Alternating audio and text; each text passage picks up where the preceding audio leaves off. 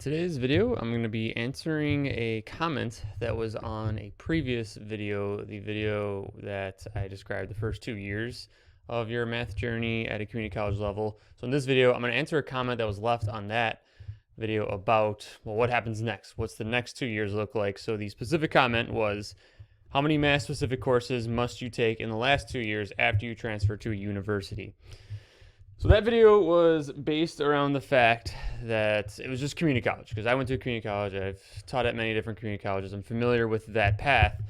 But then what happens next? What do you do if you're a math major? What kind of classes are you taking? This is a really great question because it's a question that I never asked when I went into my transfer university after I went to my community college. I had no idea what to expect. Like I just walked into that class like thinking, advanced calculus 1, like I just took calc 1, calc 2, calc 3, like how hard can this possibly be? Like, whew. It's very, very different. So I'm going to read through these classes real quick and then just talk about the difference between what you've experienced up until this point if you're someone who took all the calcs, differential equations, college algebra, all of that.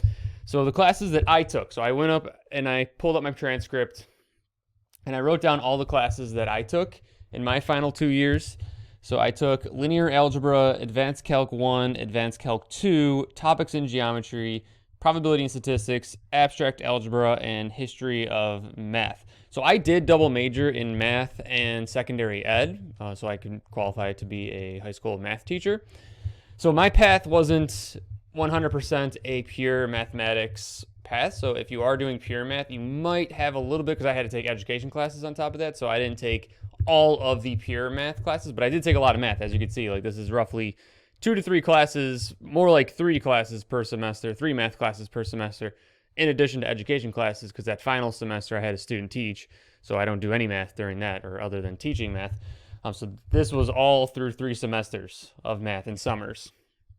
And I went to a smaller university, so these classes weren't extremely available. So what my college did when I transferred is, depending on when you transfer in, you either take advanced calc 1, 2, 1 abstract algebra, or if you transfer in a different year, it's abstract algebra 1, 2, and then advanced calc 1 only. For me personally, I am glad that I transferred at the time that I did. I much preferred advanced calculus over abstract algebra. So here's what's different about these classes compared to what you might be expecting if you're coming from calc 1, calc 2, calc 3. Most of these classes are proof-based. Advanced Calc 1, Advanced Calc 2, Abstract Algebra, completely proof-based. Topics in geometry, like these are all 500 level math classes. So the name, like topics in geometry, like that sounds simple. Like, no. Probability and statistics, like, oh, I took that. Like, this is a 500 level probability and statistics class. But Advanced Calc 1, 2, and Abstract Algebra are all proof-based. I had no clue what I was walking into. Absolutely no clue. I really, really wish that I prepped that summer leading up to my entry into this class of how to write proofs, because that was like really a huge awakening and like, wow, this is a whole different realm of math that I'm not even familiar with. Sitting in that class, like the whole first class, the teacher just did all these proofs and just kept proving stuff and like, oh, we do this, we do that. And I'm just like, okay, like what are we gonna do with this? Just like if you took Calc 1 or Calc 2, like your teacher might have done some proofs. Like, here's a theorem, let's prove it. And for me, when I was a student at that class, I'd always just sit there and be like, why are we proving this? Like, if you're telling me this is the theorem and it works, like, then it works. Like, why do we have to prove it? Now it all made sense. Going into these classes, I'm like, oh, that's why we sat there and proved them, because we're doing all that pretty much and using those theorems to make proofs in these classes. So these are all proof-based completely. So if you're watching this video and you're about to enter into some level of 500 level math classes, read a proof book. Get familiar with doing some proofs, because that's all it is. So that was Advanced Calc 1 and 2. Abstract Algebra, a lot more proofs.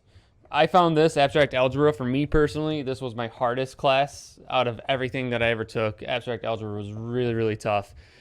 The curve on our exams were massive. Like, I remember students getting all D's, maybe even a C, but the curve like just completely bumped us up to B. I got a B in abstract algebra. Like, I did not do B's worth of work, I don't think, but the curve really helped me out there. Advanced Calc 1 and 2, I got B's, And I think I earned those B's. I don't think I was a victim to the curve too much. I'm not saying I did great or anything, but I think I earned a B in those classes. Definitely no A's. Did not get any A's.